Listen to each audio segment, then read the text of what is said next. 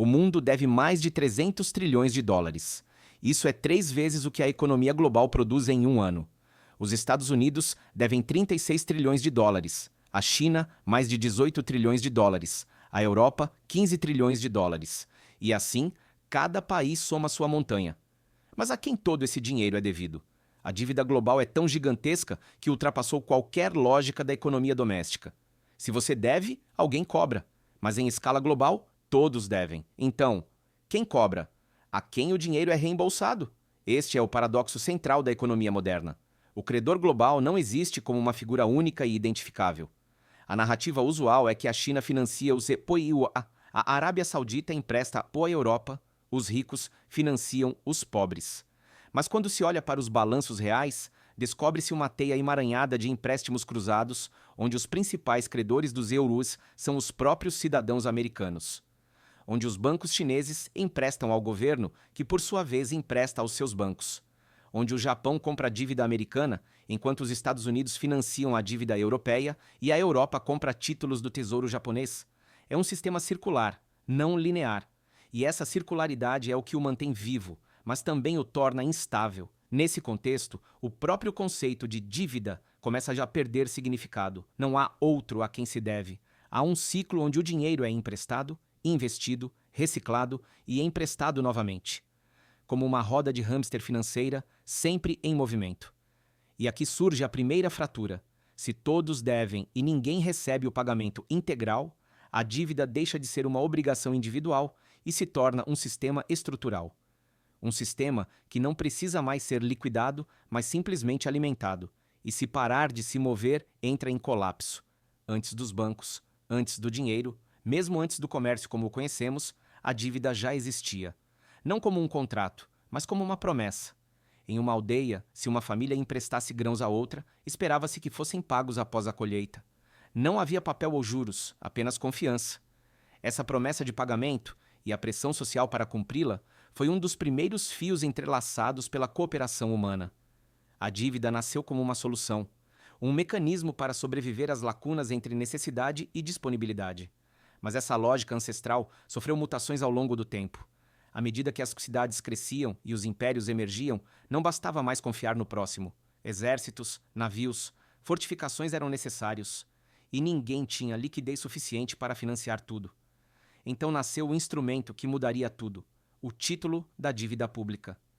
No século XVII, a Inglaterra, incapaz de financiar uma guerra contra a Holanda, criou um sistema pelo qual os cidadãos compravam promessas do Estado, certificados que garantiam a devolução do dinheiro com juros.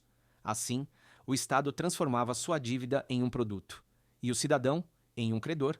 A partir daí, o mecanismo tornou-se exponencial.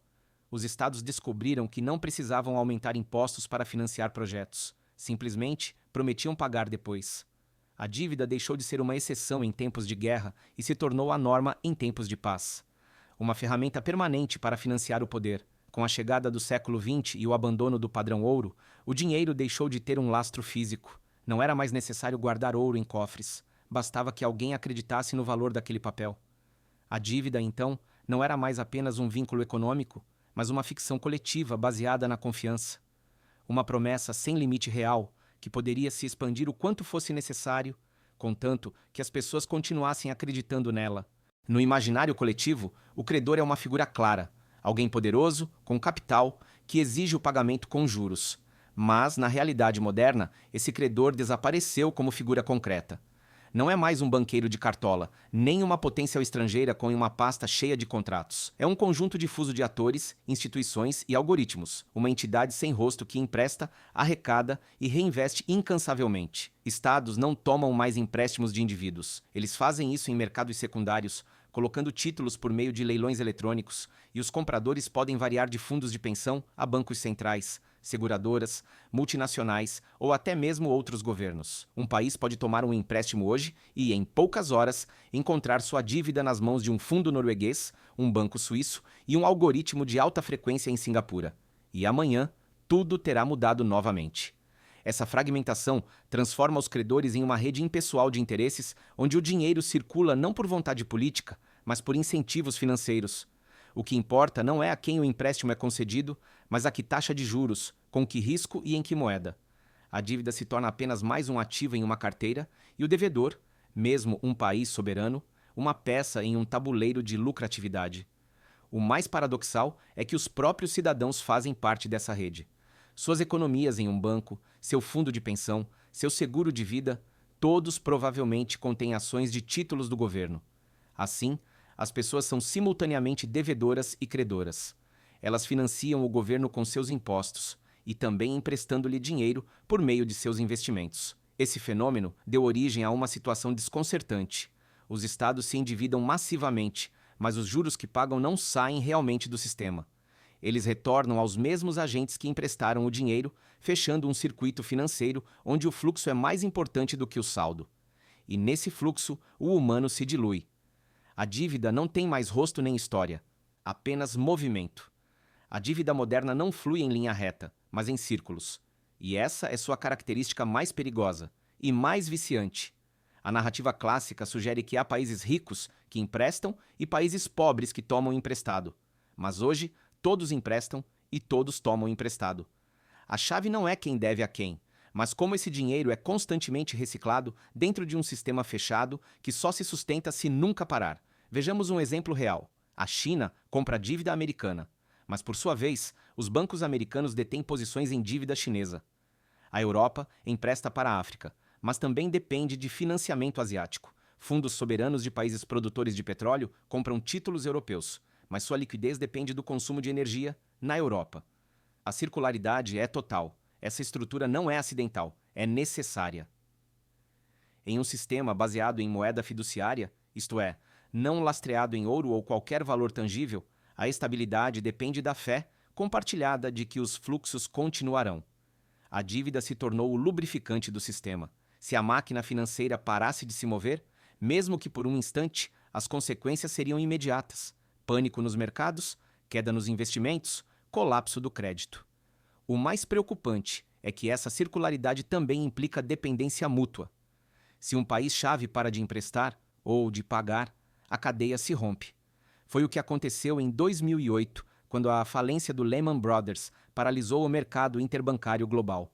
Ou em 2020, quando a Covid-19 forçou os bancos centrais a intervir para impedir que o ciclo se interrompesse. A dívida, portanto, não é mais uma ferramenta. É o sistema operacional da economia global. Mas, como qualquer sistema fechado, convive com o risco permanente de um curto-circuito. A questão não é mais se os países conseguem pagar suas dívidas, mas se conseguem manter as coisas em movimento. Porque se pararem, o problema não será econômico, será existencial. Os Estados Unidos são de longe o país mais endividado do planeta, 36 trilhões de dólares. Mas quando se analisa atentamente quem deve esse dinheiro, depara-se com uma revelação inesperada. Mais de 70% dessa dívida é detida pelos próprios americanos. Não é a China, o Japão ou a Arábia Saudita que detêm a maior parte dos títulos do Tesouro. São bancos, fundos de pensão, seguradoras e instituições nos IPCPLU. Em outras palavras, o governo toma emprestado de seus próprios cidadãos e instituições. Como isso é possível? A chave está no instrumento central do sistema, os títulos do Tesouro. Quando o governo precisa de dinheiro, não os imprime diretamente. Emite dívida na forma de títulos. Esses títulos são vendidos nos mercados financeiros e comprados por investidores que buscam segurança e retornos estáveis. São considerados um dos investimentos mais confiáveis do mundo, tornando-os um refúgio ideal para capital de baixo risco. Os bancos comerciais, por exemplo, usam os depósitos de seus clientes para comprar títulos. As seguradoras depositam grande parte de suas reservas neles. E os fundos de pensão, que administram a aposentadoria de milhões de cidadãos, alocam uma porcentagem significativa de suas carteiras a essa dívida pública. Assim, o Estado financia seu déficit com as economias de sua própria população. O resultado é um ciclo fechado.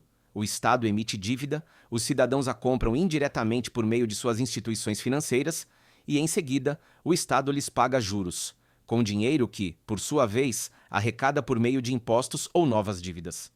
Não há um fluxo unidirecional de dinheiro saindo do país. A maior parte dessa dívida nunca sai do sistema americano. Ela apenas muda de mãos. Este modelo baseia-se em uma premissa: confiança. Enquanto os investidores acreditarem que o governo pagará seus juros, continuarão a comprar dívida. E enquanto isso acontecer, o sistema se autoalimenta. Os empréstimos são feitos para pagar o que já é devido, e assim o ciclo continua. Aparentemente funciona, mas por trás dessa estabilidade reside um risco sistêmico. O que acontece se um dia a confiança for quebrada?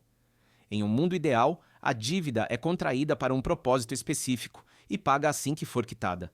Mas, na prática moderna, isso não acontece mais. Hoje, os estados raramente pagam suas dívidas vencidas com receitas tributárias ou superávites orçamentários. O que eles fazem é emitir nova dívida para quitar a antiga. Esse mecanismo é conhecido como rollover ou refinanciamento e se tornou a norma global. Imagine que um país precise pagar 100 bilhões de dólares este ano. O que ele faz não é economizar esse valor. Ele simplesmente emite outros 100 bilhões de dólares, ou mais, em novos títulos, com os quais paga credores anteriores. O sistema financeiro aceita essa prática porque, enquanto houver liquidez e confiança, o mecanismo funciona. Mas, em sua essência, é um esquema de refinanciamento infinito. Essa dinâmica não é segredo. Na verdade, ela se institucionalizou. Os mercados sabem que os estados não planejam sair da dívida. Eles apenas planejam mantê-la sustentável, pagando os juros em dia e continuando a renovar o principal. O que é ótimo, até que não seja mais. Se as taxas de juros subirem, se a demanda por títulos cair ou se um país perder credibilidade, o custo dessa renovação pode disparar. O problema não é tanto o tamanho da dívida, mas sua inércia. Uma vez que um país entra nesse ciclo, sair se torna quase impossível. Parar de emitir nova dívida significa ter que pagar com dinheiro de verdade, ou seja, reduzir gastos, aumentar impostos ou cortar serviços. Politicamente, isso é suicídio. É por isso que, mesmo em tempos de prosperidade, ninguém paga uma dívida. Eles apenas a empurram para frente. Este modelo funciona como uma bicicleta. Enquanto você pedala, não cai. Mas se você parar de se mover, o sistema entra em colapso. E quanto maior a dívida, mais difícil é parar sem cair. A ironia é que esse mecanismo aparentemente frágil tem sido a espinha dorsal do crescimento global nas últimas décadas. Tornou-se a forma de financiar não apenas crises, mas também o cotidiano da política econômica. Mas a dívida que não é paga também não desaparece. Ela se acumula, e cada novo empréstimo faz o anterior parecer mais insignificante, até que deixa de ser. Porque, em algum momento, os juros se tornam um fardo maior do que os serviços que deveriam financiar. E então, o sistema começa a enferrujar. Nem todos os países podem tomar empréstimos igualmente. Embora o sistema financeiro global pareça ser uma rede de atores iguais, emprestando uns aos outros, ele, na verdade, opera com hierarquias implícitas. Enquanto potências como Estados Unidos, Alemanha e Japão podem emitir dívida a juros baixos e em suas próprias moedas, os países em desenvolvimento precisam pagar taxas muito mais altas e, frequentemente, tomar empréstimos em moedas estrangeiras. Isso cria uma assimetria estrutural. Países como Sri Lanka, Paquistão e Argentina não controlam nem a moeda em que tomam empréstimos, nem as condições de mercado. Se sua moeda local se desvaloriza em relação ao dólar, sua dívida se torna mais cara em termos reais. Se os investidores percebem o risco, eles exigem taxas de juros mais altas. E se não há confiança, simplesmente não há financiamento. Ao contrário dos Estados Unidos, que podem imprimir dólares e comprar sua própria dívida, um país como o Egito não pode criar dólares a partir de seu banco central. A consequência desse desequilíbrio é uma armadilha. Quando um país pobre acessa empréstimos externos para financiar infraestrutura, saúde ou educação, ele na verdade assume um ônus que pode se tornar impagável. Se o crescimento econômico não for alto o suficiente para gerar receita para pagar essa dívida, o país entra em uma espiral.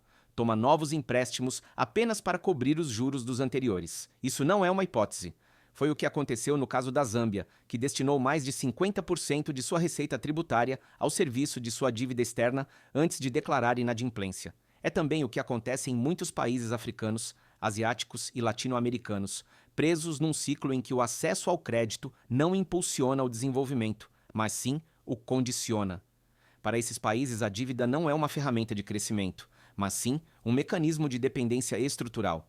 As decisões orçamentárias já não são tomadas com base em prioridades sociais ou nacionais, mas sim com base nas exigências dos credores. O FMI, o Banco Mundial ou os fundos de investimento globais. A soberania econômica dilui-se. e com ela também a soberania política. Assim, o sistema global da dívida não só gera fluxos financeiros, também define quem comanda e quem obedece. O ciclo global da dívida é sustentado por uma condição implícita, a continuidade.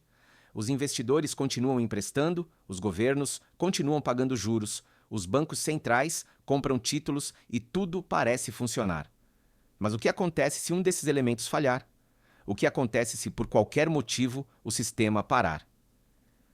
Este cenário não é teórico. Aconteceu em 2008, quando a falência do Lehman Brothers congelou o crédito interbancário e causou o maior colapso financeiro em 80 anos. Aconteceu em 2020, quando a pandemia forçou os estados a intervir maciçamente para evitar um colapso econômico total. E pode acontecer novamente se, por exemplo, as taxas de juros globais subirem muito, a inflação sair do controle ou uma inadimplência em massa desencadear pânico. O sistema atual funciona como um organismo hipertrofiado, precisa de injeções constantes de confiança. Se os investidores perderem a fé na capacidade de pagamento de um país, eles pararão de comprar seus títulos. E sem refinanciamento, o castelo de cartas desmorona. O país deve então escolher entre cortar gastos, aumentar impostos ou imprimir dinheiro. Cada opção traz consequências políticas e sociais devastadoras. O caso da Grécia após 2008 é ilustrativo. Quando os mercados perderam a fé em sua dívida, o país foi forçado a implementar medidas extremas de austeridade. O desemprego disparou, o PIB contraiu 25%, as pensões foram cortadas, os salários caíram e o país perdeu o controle de sua política econômica para a Troika. Tudo porque não conseguiu refinanciar sua dívida. O sistema atual não tem margem para erros, não há rede de segurança. A estabilidade depende de todos os atores acreditarem que os outros continuarão a jogar. Mas se alguém hesita, se alguém quebra o ciclo, a inércia se perde e a queda se acelera. O grande perigo não é que um país entre em default. O risco real é que, de repente, ninguém queira emprestar. Porque em um sistema baseado em dívida perpétua, o verdadeiro colapso não vem da falta de pagamento, mas da desconfiança. Quando um sistema financeiro começa a vacilar ou não vacilar, a primeira coisa a se deteriorar não é o dinheiro, mas a fé. E quando a fé se erode, o capital busca refúgio naquilo que não precisa de explicação, no que tem valor intrínseco, nenhum tangível. É isso que estamos vendo em tempo real. À medida que a dívida global cresce e as moedas fiduciárias perdem valor relativo em relação aos ativos, o capital inteligente está se voltando para ouro, prata, lítio, imóveis estratégicos e metais industriais. O ouro, em particular, voltou ao centro da mesa. Não porque substituirá o dólar, mas porque representa o que o sistema não pode mais prometer: solidez. Os bancos centrais sabem disso. Só em 2023, compraram mais de 1.000 toneladas de ouro, a maior quantidade em meio século. Instituições que antes investiam exclusivamente em títulos soberanos agora estão diversificando para ativos físicos. Até mesmo grandes fundos, tradicionalmente céticos em relação ao ouro devido à sua baixa rentabilidade, estão incorporando-o como uma proteção estrutural contra a inflação e o risco de colapso monetário. O mesmo está acontecendo com as commodities. O cobre, por exemplo, tornou-se o novo petróleo na corrida pela eletrificação. E os países ricos em recursos naturais estão redescobrindo que o valor estratégico não está mais nos dados, mas na terra. A guerra por ativos tangíveis começou. Essa mudança não é ideológica, é funcional. É a resposta lógica a um ambiente onde a dívida não garante mais retorno e onde o papel perde peso em comparação com minerais, água e energia. É também um sintoma. Quando os participantes mais informados do sistema apostam no ouro, é porque não acreditam que o sistema permanecerá inalterado. Não se trata de um apocalipse, trata-se de proteção. Aqueles que possuem ouro, terras ou recursos críticos não dependem da continuidade do ciclo da dívida. Eles podem sobreviver mesmo que o sistema pare de pedalar. Voltemos à pergunta inicial. Se todos devem, a quem devemos? Depois de toda essa discussão, a resposta é tão simples quanto desconfortável. Devemos a nós mesmos, dentro de um sistema que não controlamos. No fim das contas, a dívida global não tem um único dono. Devemos uns aos outros, dentro de um sistema circular que ninguém controla totalmente, mas do qual ninguém pode escapar sem causar um colapso. Não é apenas uma ferramenta econômica, é uma estrutura política que condiciona decisões, limita a soberania e distribui poder de forma invisível. A dívida não é paga para acertar contas, mas para manter a roda girando. E enquanto essa roda girar, A questão não é a quem se deve, mas quem decide se ela será paga ou não. Porque é aí que reside o verdadeiro poder.